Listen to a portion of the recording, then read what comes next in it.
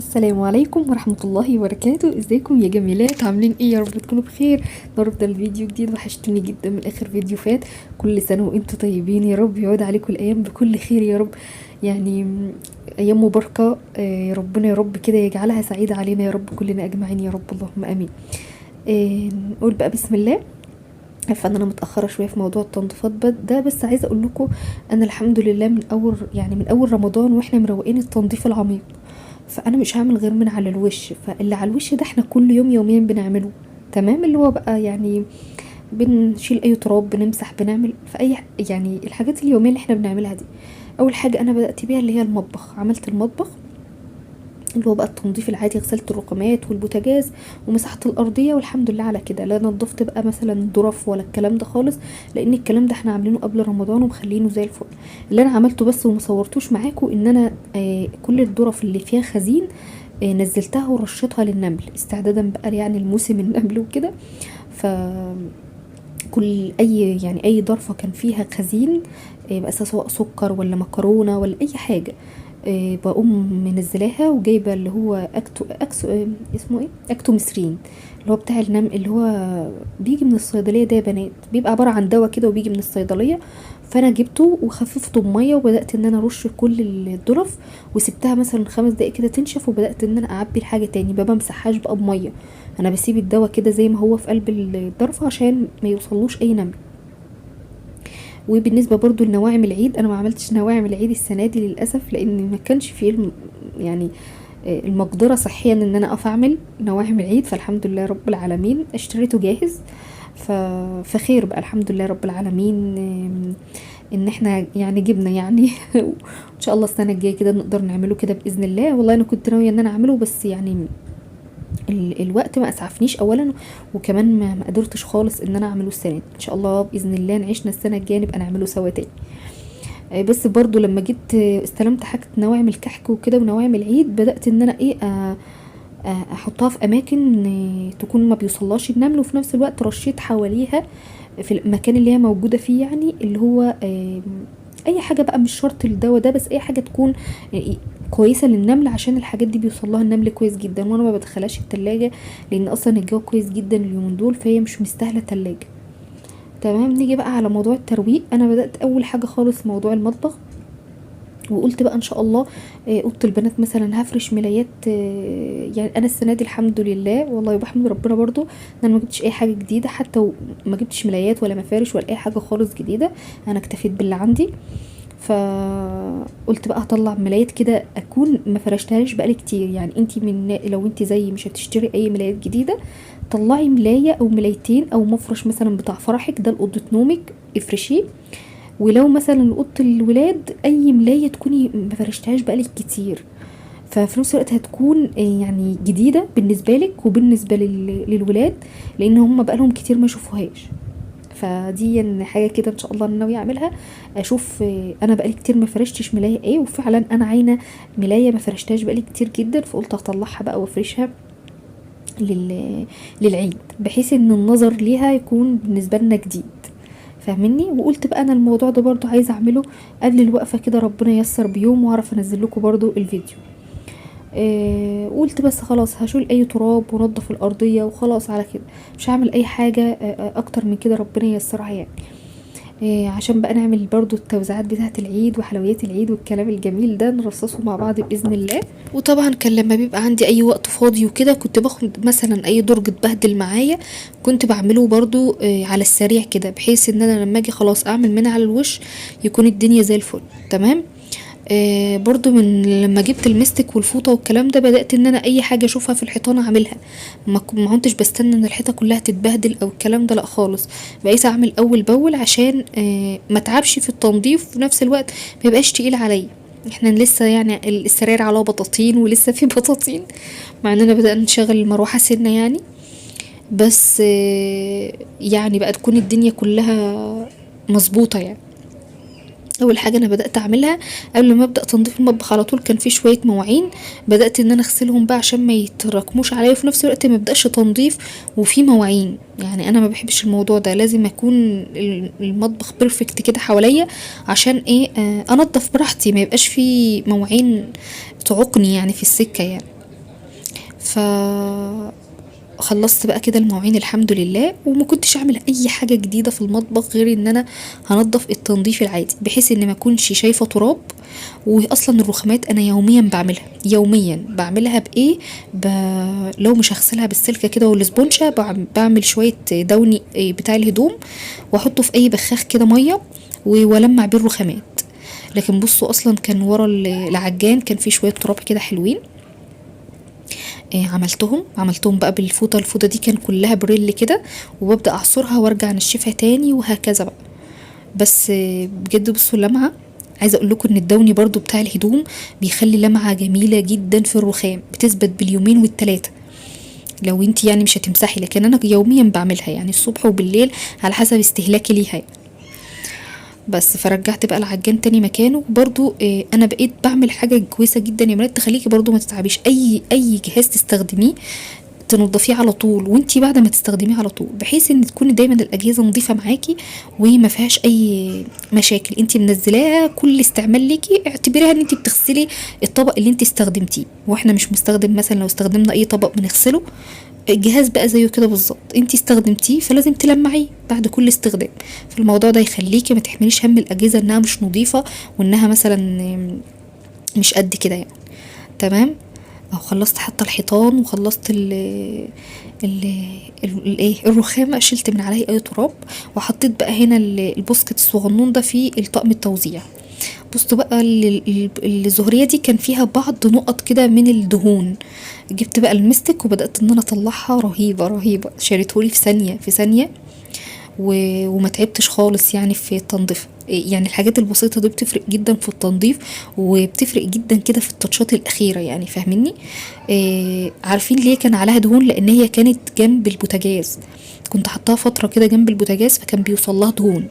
فانا لما جيت لقيت نقلتها هنا كان فيها بعض الدهون، فقلت لا، وانا بنضف بقى مش هنساها. والعجان الحمد لله كان زي الفل، لان انا دايما باجي استخدمه بقوم منضفاه بعدها على طول. على شويه تراب بقى كانوا لازقين، برضو المستك كده والفوطه الجميله بتاعتي دي طلعتها اهو. خلصت بقى الدنيا كده وحطيتها هنا. هجيب على بقيه الرخام وبرضو هعمل نفس الكلام. قولوا لي بقى انتوا نضفتوا ولا عملتوا ايه؟ ما ترهقوش نفسكم حبايبي. احنا كل يوم بننضف، وكل يوم بنعمل. التجمع العائلي مش يعني اظن ان العيله مش هتيجي تبص انت نضفتي ولا عملتي. احنا كل ده بنعمله لاجل ادخال السرور على اهل البيت، وفي نفس الوقت يكون انت ترتاحي ايام العيد، يكون بالنسبه لك اجازه. يعني انا نفسي بقعد اقول لنفسي لا، ايام العيد كده الواحد بيبقى عايزها اجازه من اللي طول رمضان بنعمل اكل الحمد لله رب العالمين، وبنعمل حلويات ويعني بنعمل حاجات حلوه الحمد لله. فالعيد ده بقى اجازه للكل، ومنها الام اللي تعبت طول رمضان يعني ليها اجازه برضه الحمد لله رب العالمين. فربنا يعيننا جميعا حبايبي يا رب، ويقدرنا ويعيننا جميعا، ويتقبل منا الشهر الكريم الفضيل ده يا رب، اللهم امين.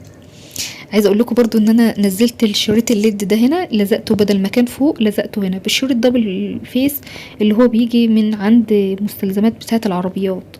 ده تقيل جدا يا بنات وحلو قوي، وانا بصراحه بحبه قوي. كنت جايبه البكره عامله 25، نزلته هنا كده قلت احسن كتغيير يعني.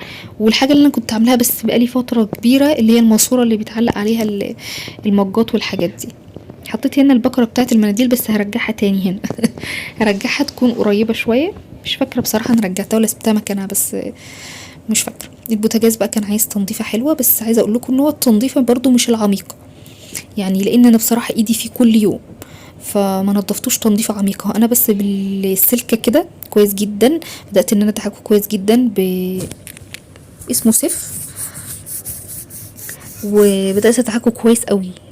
بصوا بقى لو اي مثلا حاجه، لانه بصراحه ما كانش فيه دهون، هو كان مكان اي طبخه يعني. وانا بصراحه من النوع اللي ما بعرفش اطبخ تاني يوم لما يكون البوتاجاز قدامه نظيف، حتى لو على اي مثلا فتافيت وانا مستعجله وعايزه ابدا اعمل اكل، بقوم لما حتى الفتافيت دي ورمياها، وبدأ ان انا اطبخ مثلا لو انا مستعجله، وبعد ما بخلص بقوم غسلاه. بس في الطبيعي خالص انا ما بعرفش اشتغل على البوتاجاز وهو مليان دهون والكلام ده. لا، لما بيكون ايدك فيه مش بتتعبي خالص، وبيبقى التعب قليل شويه.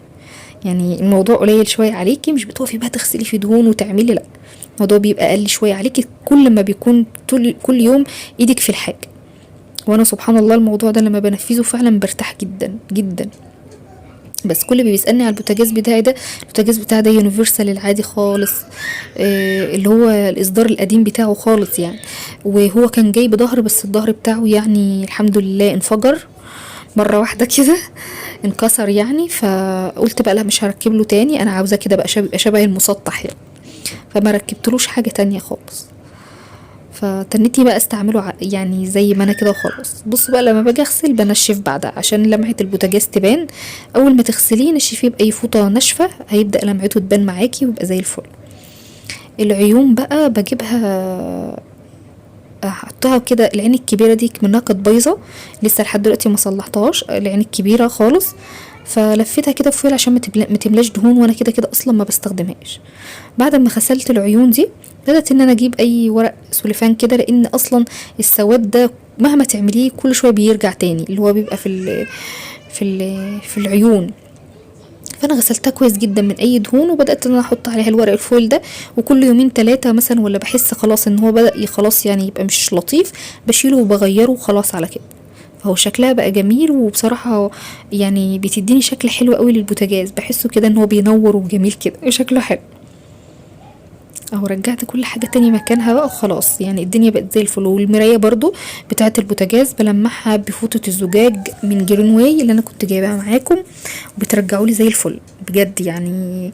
لو في اي دهون من جوه هتعاكس يعني ان يكون المرايه شكلها حلو، بشيل الدهون بالفوطه اللي قلت لكم عليها، وبلمع الزجاج بقى بملمع الزجاج. وهنا برضو غسلت الحوامل الزهر الرخمه بتاعتي دي بس بجد الحمد لله الدنيا بقت زي الفل، والبوتاجاز بقى زي الفل. انا حبيت بقى اعمل اي ديكور جديد بقى، احنا في العيد تمام. الطقم اللي انا كنت جايباه معاكم في اول رمضان وكنت حاطه فيه الحاجه معاكم، طبعا حاجه رمضان كلها استنفذت يعني الحمد لله، فبداوا يفضوا. قلت بقى هعمل ديكور حلو كده للعيد. حطيت هنا الملح والفلفل والكمون، الثلاث توابل الاساسيه اللي احنا بنستخدمها يعتبر في اي اكل، تمام. فحطيتهم هنا، وبدأت ان انا اجيب صينية عندي كده تكون خشب، وهحط برضو الاول الخل والزيت، احط الخل والزيت في الازايز بتاعتهم. وجبت صينيه خشب كانت عندي عاديه خالص يعني، ولميت الدنيا كده وعملت ديكور يكون جديد يعني. دخلت رمضان دخلت العيد يكون عندي حاجه جديده من لا شيء. انت ممكن تجمعي والله اي ديكورات تكون عندك وتعمليها، تدي برضو زي ديكور جديد كده وتحسي ببهجه العيد. جبت برضو الزهريه الحلوه الجميله دي وحطيتها هنا كده، حطيت الملح والفلفل والكمون في النص كده والزيت والخل. عايزه اقول لكم ان انا ما بولعش اي يعني بقول لك ايه يعني، لما باجي اولع العين مثلا اللي قدامكم دي بقوم بتخرج الصينيه للاخر خالص، عشان لا قدر الله مفيش حاجه توصل للعين ولا للخشب تمسك فيه لا قدر الله يعني. ولو شغلت العين مثلا اللي في النص بشيلها خالص من على البوتاجاز، ولو شغلت برضو الصغيره بجيب الصينيه على الشمال. ويعني عادي ما تقلقوش خالص، انا بحاول ان انا اتفادى اي حاجه تحصل، ربنا يسترها يا رب. خلاص بقى كانت اخر حاجة كانت يعني خلاص فاضلة يعني، هي الرخامة اللي جنب البوتاجاز، هي دي اللي كانت فاضلة معايا. بدأت برضو ان انا اغسلها كده والمعها واخليها زي الفل، ما فيهاش اي دهون الحمد لله، ولا الحيطان بيبقى فيها اي دهون طول ما انتي ايدك في الحاجة. هنا بقى حطيت الصينية وحطيت فيها الحاجات الاستانلس اللي فيها المعالق المغارف الكلام ده. بس بصراحة انا غيرت مكانها لانها برضو بتلم دهون، خليتها هي جنب العجان مكان حامل المناديل، وجبت هي المناديل اللي هنا تمام عشان ما تتملاش دهون. بلاش، انا حاولت ان انا استبعد اي حاجة جنب البوتاجاز عشان ما تتملاش دهون. فبعد ما عملت الديكور ده لا خلاص شلته في الاخر وغيرته خالص يعني. اخر حاجه بخليها معايا هي الحوض والارضيه يعني. خلاص بصوا، هو الترويقه الاساسيه بتاعتنا بتاعت كل يوم، وتتعبش نفسك وما تعمليش يعني حاجات كده تتعبك. ومبقاش في ناس فعلا بتهد نفسها في العيد بجد قبل العيد، وتيجي ال3 ايام بتوع العيد تقضوهم نوم. طب انتوا استمتعتوا فين بالعيد؟ استمتعتوا فين بالاجازه؟ استمتعتوا فين انك لعبتوا مع اولادكم، ولا خليتوهم يغيروا، ولا خليتوهم يعملوا؟ ما استمتعتوش باي حاجه خالص. فلا، لازم حرفيا توظفوا اللي انتوا هتعملوه، بحيث ان انتوا ما تقضيش الاجازه كلها نايمين على ظهركم ومش قادرين تتحركوا. فربنا يا رب يعيننا جميعا يا رب، ويقوينا ويدخلوا علينا كده بالفرحة والسرور يا رب، اللهم امين. خلاص خلصت بقى الحيطة اللي جنب الحوض اللي ورا الحوض، وبرضو كنت عملت معاكم الصينيه والحاجات دي كلها. كل الحاجات دي لازم تتغسل اول باول لانها بتعمل ريم كده وحاجات صفرة، فما بتبقاش حلوه ان احنا كل ما نيجي نرصص مواعين تاني يكون فيها نفس الميه، مش هتبقى حلوه خالص. والمنظم ده الرتان ده فيه الحاجات دي بتخش جواه، يعني معظم الاكل مثلا ساعات بيخش جواه، فانا فضلت بقى ان انا افضل وراه لحد ما اي بواقي مش حلوه كده ممكن تعمل ريحه ولا كده، فضلت وراه لحد ما نضفته بس. ونضفت بقى. بصوا عايزه اقول لكم، بصوا الصبانه الجميله دي اللي انا حطاها على اليمين دي صبانه حاطه فيها الصابونه اللي انا دايما بستخدمها. لو عملت بقى مثلا اي سمك ولا اي طيور ولا اي حاجه لازم يكون عندنا صابونه نغسل. تكون صابونه معقمه يا بنات، يعني مش اي صابونه حتى بريحه، لا تكون صابونه تكون بتعقم الايدين بجد، عشان فعلا الطيور والحاجات دي بدل قبل ما تمسكي اي حاجه في المطبخ تاني تكون غاسله ايدك ومخليها زي الفل. فالموضوع ده مش شرط صبانه، بس يكون عندنا صابونه تكون بتعقم الايد كويس جدا عشان تعقم لك ايدك قبل ما تبداي تمسكي اي حاجه تانية. خلصت بقى الحوض كده اللي يعني على اساس ان مفيش مواعين تتحط فيه، والفوطين دول بقى ركنتهم على جنب عشان هجيب طبق برضو وانقعهم فيهم لتاني يوم بقى وابدا انضفهم، عشان طبعا يعني لما بينشفوا كده بقوم نشرهم بره في الشمس. بصراحه يعني انا بنشرهم بره، ما بخليهمش في المطبخ ينشفوا عشان ريحتهم ما تبقاش مش لطيفه، لا بنشرهم بره في الهواء عشان الشمس كده تعقمهم كده، لان الشمس طبعا بتعقم، فالحاجه كده تبقى معقمه كده قبل ما تدخل المطبخ. خلصت بقى كده والحمد لله رب العالمين، المطبخ بقى زي الفل. انا على فكره انا ركنت ركنت الترابيزه بس كده في جنب عشان اوريكم اعرف اصور يعني، وخلاص يعني الحمد لله رب العالمين. بصوا اهو جبت بقى طقم التوزيع والحاجات دي في جنب العجان، والطقم هنا برضو التوزيع ده التاني انا معلقه على الحيطه. الحمد لله الحوض زي الفل، مش عايزه فيه اي مواعين، وهنا حطيت اكتفيت بس بالمناديل، بحيث ان انا كده كده اصلا الصينيه لو عايزه اشيلها، لو انا هشتغل بالعيون كلها هشيلها مكان قدام المناديل. هنا بصوا الطقم ده انا حاطه فيه الدقيق وورق اللورا والحبهان والحاجات برضو الاساسيه تبقى جنب البوتاجاز. او خلصت الحمد لله المطبخ، وعقبال باقي الشقه كده ونفرح بباقي الشقه وتبقى زي الفل. ربنا يا رب يسعدكم ويدخل عليكم الفرح والسرور وكل حاجه حلوه يعني. بجد بجد بتفرحوني بتعليقاتكم الجميله وبتدخل عليا السرور حقيقي. ربنا يبارك لي فيكم. حبيت برضه اوريه لكم، وانا بحب الاضاءه جدا دي يا بنات، يعني عايزه اقول لكم بعمل كل حاجه في الاضاءه دي، ما بحبش ان انا ايدي النور الرئيسي خالص، غير يعني في اوقات كده بسيطه. فلما باجي اغسل المواعين كده بالليل بحب في الاضاءه دي، والقران بقى شغال جنبي ويبقى عالم تاني بقى كده، فالحمد لله رب العالمين. بصوا عايزه اقول لكم ان انا رازقه هنا الليد فوق البوتاجاز على طول، يعني عشان يديني اضاءه في التصوير، وبجد فعلا مديني شكل حلو قوي. بحبكم جدا جدا في الله. اشوفكم في فيديو جديد على خير، ما تنسونيش في اللايك بيرفع الفيديو. السلام عليكم حبايب قلبي.